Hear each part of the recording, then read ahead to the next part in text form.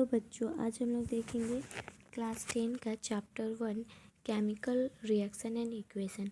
इसमें हम लोग देखेंगे कि केमिकल रिएक्शन किसको बोलते हैं और उसका इक्वेशन कैसे किसको बोलते हैं। तो केमिकल रिएक्शन हम लोग उसको बोलते हैं जहाँ पे केमिकल चेंजेस आते हैं।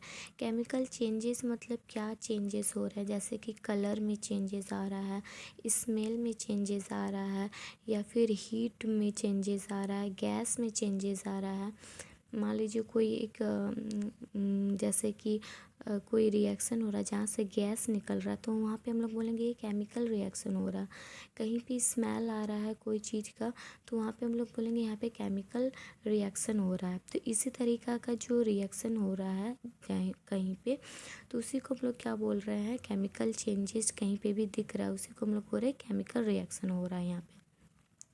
जैसे कि फूड का हम लोग हमारे बॉडी में डाइजेशन होना, जैसे कि खाना जो पकते हैं तो उसमें से जो स्मेल आता है, या कोई खाना सड़ जाता है तो उसमें से जो स्मेल आता है। फिर कोई आयरन रहता है, लोहा रहता है, वो क्या रहता है कि उसमें जो जंग लग जाता है, तो वो भी हम लोग का एक तरीका का केमिकल रिएक्शन हुआ। ठीक है, अब केमिकल इक्वेशन क्या है, जो केमिकल रिएक्शन को हम लोग एक्सप्रेस करते हैं सिंबॉलिक फॉर्म में, मतलब कुछ सिंबल दे दिए हैं और उसको हम लोग क्या कर रहे हैं, एक एक एक्सप्रेस कर रहे हैं सिंबल देके एक रिएक्शन को, तो उसी को हम लोग केमिकल इक्वेशन बोल रहे हैं।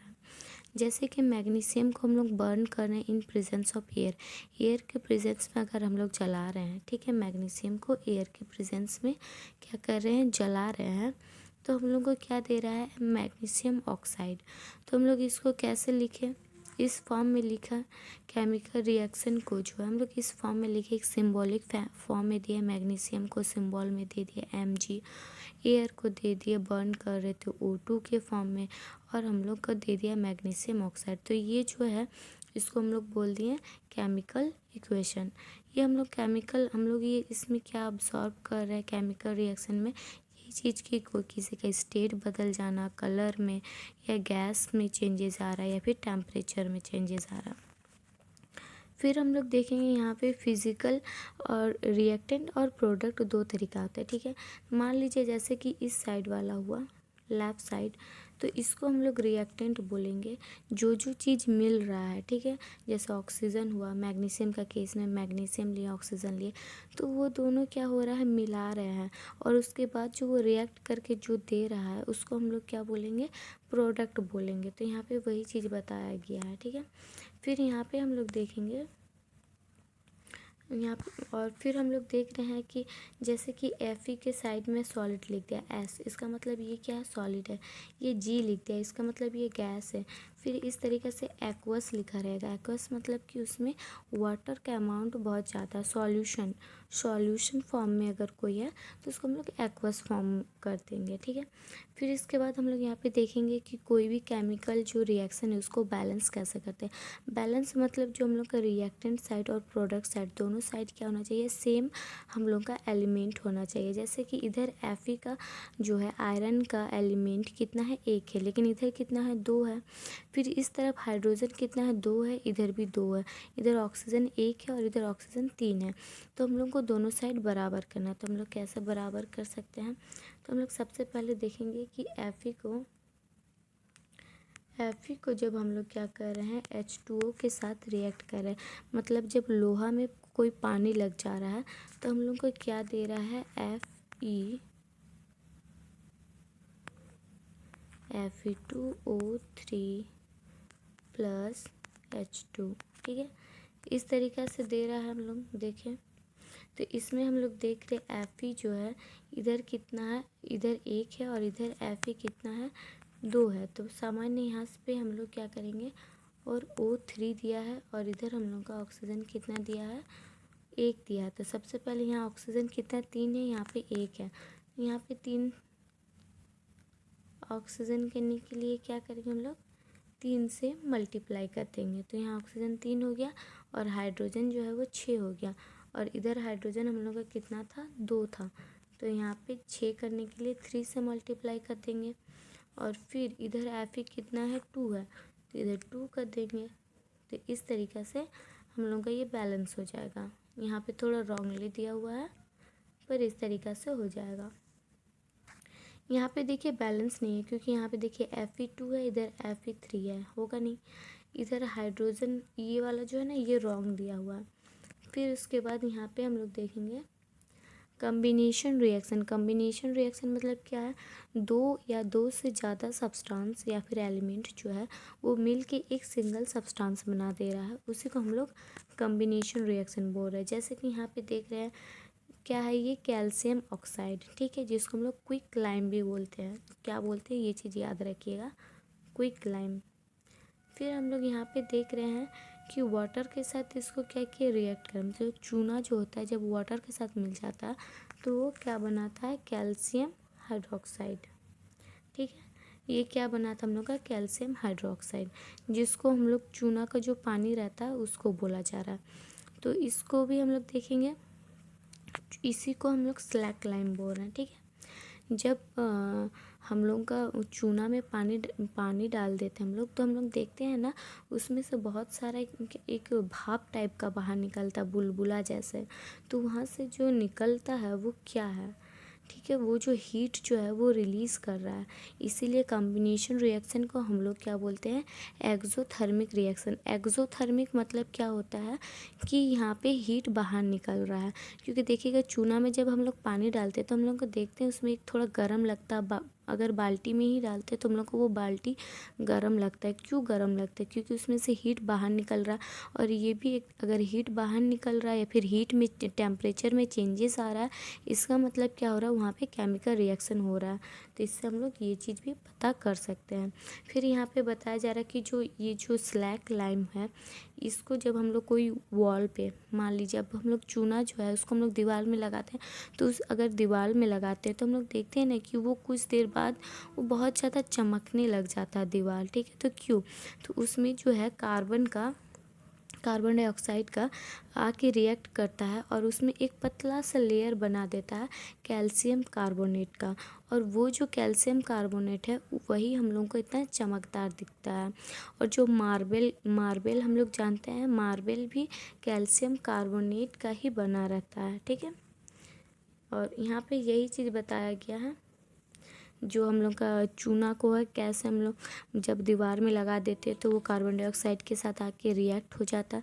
तो हम लोग का कैसे कैल्शियम कार्बोनेट देता है और वाटर देता है, जो कि हम लोग का रिलीज़ हो जाता है, ठीक है, बाहर निकल जाता है। फिर इसी तरह कॉम्बिनेशन रिएक्शन है, ये सब क्या है, कॉम्बिनेशन रिएक्शन। फिर इसी तरह हम लोग देखेंगे बर्निंग ऑफ कोल। जब हम लोग कोयला को क्या करते हैं, जलाते हैं, तो हम लोग क्या देखते हैं कि वो हम लोग को CO2 गैस देता है। देखिएगा कोई भी लकड़ी को ही आप लोग जलाते हैं, लकड़ी भी क्या है, कार्बन से ही बना रहता है। जलाते तो हम लोग देखते हैं कि उसमें से क्या है कि काला काला एक धुआं निकलता है, तो कार्बन डाइऑक्साइड गैस निकलता है, फिर हीट निकलता है, देखते ही हो, फिर एक लाइट भी निकलता है। तो ये सब क्या होता है कि ये भी एक तरीका का हम लोग का कॉम्बिनेशन रिएक्शन है। फिर heat of formation of water. अब जो वाटर का हम लोग फॉर्मेशन करते हैं, तो वाटर का फॉर्मेशन क्या है, जब हम लोग H2 गैस लेते हैं और O2 गैस दोनों को कंबाइन करते हैं तो हम लोग को वाटर निकलता है। तो इसमें क्या होता है कि बहुत ज़्यादा ही हम लोग को एनर्जी लगता है, तभी जाके ये हम लोग को वाटर देता है। तो ये हम लोग वाटर हम लोग इसलिए हम लोग खुद से बना नहीं सकते, क्योंकि इसमें इतना एनर्जी देना पड़ता है वाटर बनाने के लिए, जो कि हम लोग के पास इतना टेक्नोलॉजी है ही नहीं कि हम लोग वाटर खुद से बना सकते हैं। इसीलिए हम लोग को बोला जाता है कि सेव वाटर कीजिए। फिर यहाँ पे जैसे कि एक्सोथर्मिक रिएक्शन है, एक्सोथर्मिक रिएक्शन में क्या होता है, हम लोग जानते हैं कि हमेशा इसमें क्या होता है, हीट रिलीज़ होता है। क्या होता है, हीट रिलीज़ होता है। तो एक तरीका का कॉम्बिनेशन रिएक्शन जो रहता है वो हम लोगों का एक्सोथर्मिक रिएक्शन होता है। कि जैसे कि हम लोग देखें ही कि चूना में जब पानी देते हैं तो क्विक लाइम जो है स्लैक लाइम में जब बन जाता है तो हम लोग का हीट रिलीज़ करता है। तो ये यहाँ पे जैसे कि और एक दूसरा एग्जांपल दिया है मीथेन जो है, मीथेन मतलब कोई भी लकड़ी का चीज़ है, ठीक है, कार्बन से बना हुआ, मान लीजिए कोई लकड़ी का चीज़ है, उसको जब हम लोग जलाते हैं तो कार्बन डाइऑक्साइड देता ही है और प्लस कि यहाँ पे दे रहा है वाटर दे रहा है, ठीक है। तो यहाँ पे हम लोग मीथेन को लेके जा रहे हैं। तो कोई भी कार्बन से रिलेटेड प्रोडक्ट, तो अधिकतर हम लोग जानते हैं कार्बन से जो बना रहता है, तो वो हम लोग लिविंग बीइंग में अधिकतर दिखता है, जैसे प्लांट्स में देख लीजिए। फिर यहाँ पे एक चीज़ दिखाया गया है कि जो रिस्पिरेशन होता है वो भी एक्सोथर्मिक रिएक्शन होता है। मतलब जब हम लोग जो रिस्पिरेशन करते हैं, मतलब जो हम लोग का खाना रहता है, वो जो हम लोग का ग्लूकोज के फॉर्म में जो मतलब जैसे कि हम लोग हम लोग जानते हैं कि कार्बोहाइड्रेट खा रहे हैं, जो स्टार्च होते हैं, मतलब जो हम लोग खाना खाते हैं चावल, उसमें स्टार्च होता है, हम लोग जानते हैं। वो स्टार्च इतना बड़ा फॉर्म में रहता है कार्बोहाइड्रेट में, फिर वो टूटता है, टूट के वो हम लोग का ग्लूकोज फॉर्म में आता है, ठीक है। तो इतना ज़्यादा जो ये टूटता है तो जैसे स्टार्च से हम लोग का जो ब्लड सेल रहता है, वो हम लोग का किस फॉर्म में ले रहा है उसको, न्यूट्रिएंट को ग्लूकोज के फॉर्म में ले रहा है, लेकिन हम लोग खा रहे किस फॉर्म में, स्टार्च के फॉर्म में। तो इसलिए इतना उसको तोड़ने में जो है कार्बोहाइड्रेट को बहुत ज़्यादा एनर्जी जो है वो रिलीज़ होता है। तो इसीलिए इसको एक तरीका का रिस्पिरेशन का एक्सोथर्मिक रिएक्शन बोला जा रहा है। फिर डिकम्पोजिशन ऑफ वेजिटेबल, तो हम लोग देखते हैं कि जो भी वेजिटेबल रहता है, जो मान लीजिए कोई भी सब्जी है, उसको आप फेंक दीजिए तो वो क्या हो जाता है, अपने आप गल जाता है। तो उस वक्त भी जो है एक एनर्जी जो है वो बाहर निकलता है उनमें से। तो यहाँ पे वही चीज़ बताया जा रहा है कि एक सिंगल सब्सटेंस जो है वो टूट जाता है बहुत सारे पार्ट्स में। तो जो सड़ता है, कोई भी चीज़ सड़ता है तो कैसे छोटे छोटे टुकड़ों में टूटता है ना, फिर तो वो गलता है। तो यहाँ पे वही चीज़ बताया गया है। अब डिकम्पोजिशन रिएक्शन जो रहता है, यहाँ पे क्या बताया, जैसे कि कॉम्बिनेशन में हम लोग क्या देखें कि एक एक या एक से अधिक प्रोडक्ट जो है वो मिल के क्या बन रहा है, एक सिंगल प्रोडक्ट बना रहा है, ठीक है। लेकिन यहाँ पे क्या हो रहा है कि एक ही प्रोडक्ट है और ये टूट के दो या दो से अधिक क्या बना रहा है, प्रोडक्ट बना रहा है। तो डिकम्पोजिशन में हम लोग का अलग है, ठीक है, और जो हम लोग का कॉम्बिनेशन रिएक्शन था वो अलग है। अब हम लोग डिकम्पोजिशन रिएक्शन में हम लोग देखेंगे, इसमें इस तरीक़ा का देखें, इसमें फिर हम लोग देखेंगे इसमें 3 तरह का और भी होता है, जैसे कि थर्मल डिकम्पोजिशन, मतलब कहीं पे हम लोग हीट दे के डिकम्पोजिशन करें, मतलब कहीं पे हम लोग हीट दे रहे हैं और उसको गलाने का कोशिश करें, मतलब एक सिंगल प्रोडक्ट को 2 या 2 से अधिक पार्ट में तोड़ने का कोशिश कर रहे हैं। इसी तरह थर्मल देखें, थर्मल में क्या हो रहा है, हीट दे के हम लोग उसको तोड़ रहे हैं, जैसे कि एग्जांपल्स में इस तरीक़ा का हम लोग देख रहे हैं, ठीक है। इसमें क्या हो रहा है, एग्जांपल्स में देख रहे हैं कि जो 2FeSO4 है वो हम लोग का टूट के Fe2CO3 और SO2 और SO3 में वो गैस फॉर्म में, ये जो है गैस फॉर्म में निकल गया दोनों, और हम लोग का Fe2O3 दे के चल गया, जिसको हम लोग फेरिक ऑक्साइड बोल रहे हैं। तो ये हम लोग का कौन सा कलर में, पहले ये ग्रीन कलर में था, बाद में हम लोग को रेड ब्राउन कलर में दिख रहा है। तो इसका मतलब कलर में चेंजेस आ रहा है, इसका मतलब यहाँ पे क्या हो रहा है, हम लोग का केमिकल रिएक्शन हो रहा। और ये जो है हम लोग का टूट रहा है, एक सिंगल प्रोडक्ट दिख रहा है और वो टूट कितना सारा में रह रहा है, तो इसको हम लोग एक तरीक़ा से क्या बोलेंगे, यहाँ पे हम लोग का डिकम्पोजिशन रिएक्शन हो रहा है। तो कैसे हो रहा है, हीट के कारण। तो ये सारे एग्जांपल हम लोग को याद रखना है कि हीट के कारण किस किस तरीक़े से हम लोग का डिकम्पोजिशन, जैसे कि कैल्शियम कार्बोनेट को ही हम लोग देखें, अगर उसको हीट दे देते तो हम लोग का दोबारा जो पहला वाला प्रोडक्ट, पहला इसको हम लोग कैसे बनाया था याद है, इसमें हम लोग जो है स्लैक लाइम, मतलब कैल्शियम हाइड्रोक्साइड में जब हम लोग क्या किए थे, CO2 दिए थे तो ये बना था। लेकिन जब हम लोग इसको हीट दे दे रहे तो ये कैल्शियम ऑक्साइड और CO2 में टूट रहा है। फिर इसके बाद हम लोग PbNO3 जो लेड नाइट्रेट है, Pb को बोलते हैं लेड और NO3 को नाइट्रेट बोल रहे हैं, ठीक है। तो जब हम लोग PbNO3 लेड नाइट्रेट को हीट करते हैं तो वो हम लोग का लेड ऑक्साइड और नाइट्रोजन डाइऑक्साइड और ऑक्सीजन में टूट रहा है, मतलब एक सिंगल प्रोडक्ट कितने सारे प्रोडक्ट में टूट रहे हैं। तो इससे हम लोग जान रहे हैं कि यहाँ पे एक केमिकल रिएक्शन हो रहा है। और लेड नाइट्रेट हम लोग का वाइट कलर में रहता है और वो हम लोग का जो चेंजेस आके ब्राउन कलर में हो जा रहा है, तो इसमें हम लोग ये चीज़ बदलाव देख पा रहे हैं। फिर हम लोग देखेंगे इलेक्ट्रोलाइटिक डिकम्पोजिशन। इलेक्ट्रोलाइटिक डिकम्पोजिशन क्या है, जहाँ पे इलेक्ट्रिसिटी दे के हम लोग डिकम्पोजिशन करें, तोड़ रहे हैं। तो कॉम्बिनेशन रिएक्शन में याद है वाटर हम लोग बना रहे थे, ठीक है, जहाँ पे हम लोग H2 और O2 को लेके हम लोग वाटर बना रहे थे, ठीक है, जहाँ पे हम लोग का क्या हो रहा है, हीट बहुत ज़्यादा रिलीज़ होता है, हम ये बताए थे। लेकिन डिकम्पोजिशन रिएक्शन में क्या कर रहा है, वाटर को तोड़ रहा है H2 और O2 में। तो जब कोई चीज़ टूटता है ना, तो वहाँ पे क्या होता है, हम लोगों को एनर्जी देना पड़ता है। कोई चीज़ को आप तोड़िए तो आप खुद ही सोचिए, किसी चीज़ को आप तोड़ते हैं तो उसमें एनर्जी देना पड़ता है ना। तो यहाँ पे हमेशा याद रखिएगा कि डिकम्पोजिशन रिएक्शन कहीं भी होता है तो वहाँ पे हम लोग का एनर्जी देना पड़ रहा है। लेकिन कॉम्बिनेशन रिएक्शन में क्या हो रहा था, हीट जो है वो रिलीज़ हो रहा था, इसलिए इसको एक्सोथर्मिक रिएक्शन में ले रहे थे। और डिकम्पोजिशन रिएक्शन में हम लोग अधिकतर देखेंगे कि जहाँ पे कोई चीज़ को तोड़ने का कोशिश करे वो इंडोथर्मिक रिएक्शन होता है। इंडो मतलब कि जहाँ पे हम लोग एनर्जी देते हैं। तो यहाँ पे जैसे कि वाटर को ही तोड़ा, वो भी इलेक्ट्रिसिटी दे के। तो यहाँ पे देख रहा है कि ये दो जो है हम लोगों का एक इलेक्ट्रोड ले लिया है, ठीक है। मान लीजिए एक ऑक्सीजन के लिए है, एक हाइड्रोजन का लिया है, और इसमें एक जो है यहाँ पे वायर लगा दिया, बैटरी लगा दिया, जिसको ये नेगेटिव एंड और पॉजिटिव एंड से कनेक्ट कर लिया है। और नीचे में क्या कर दिया है, वाटर दे दिया है, दिख रहा है, ये वाटर है। ये वाटर को यहाँ पे दो इलेक्ट्रोड दे के और ये बैटरी के साथ अटैच कर दिया है, ताकि क्या करेगा कि जो ये वाटर को है ना, ये इलेक्ट्रोड जो है जैसे इलेक्ट्रिसिटी देगा, ये इलेक्ट्रिसिटी देगा, तो ये इलेक्ट्रोड की मदद से ये जो है हाइड्रोजन गैस और ऑक्सीजन गैस दो तरीक़ा से निकलेगा।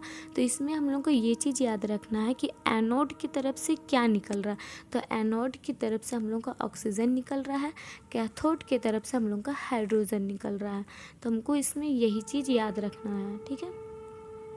फोटोलाइटिक डिकम्पोजिशन क्या है, फोटोलाइटिक डिकम्पोजिशन में क्या होता है, जब हम लोग लाइट दे के कोई चीज़ को तोड़ते हैं, जैसे कि हम लोग का सिल्वर क्लोराइड है, मतलब कि सिल्वर, चांदी में जब हम लोग का सिल्वर क्लोराइड है तो उसमें हम लोग का क्लोराइड जब लग जाती है ना, तो उसमें वाइट कलर रहता है सिल्वर क्लोराइड में। लेकिन उसको सनलाइट के प्रेजेंस में आ जाता है तो उसमें रिएक्शन हो जाता है, जिसके कारण वो हम लोग का ग्रे कलर में दिखता है, ठीक है, जो कि सिल्वर से हम लोग का क्लोराइड अलग हो जाता है, इस वजह से हम लोग का ग्रे कलर दिखता है।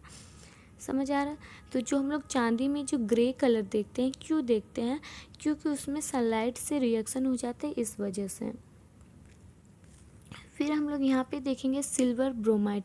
इसी जैसे कि सिल्वर क्लोराइड में देखें हम लोग कि जैसे सनलाइट लग जाते हैं तो वो सिल्वर और क्लोराइड में टूटता है, इसी तरह सिल्वर ब्रोमाइड भी है, जब इसमें भी सनलाइट लगता है तो सिल्वर और ब्रोमाइड दोनों अलग हो जाता है।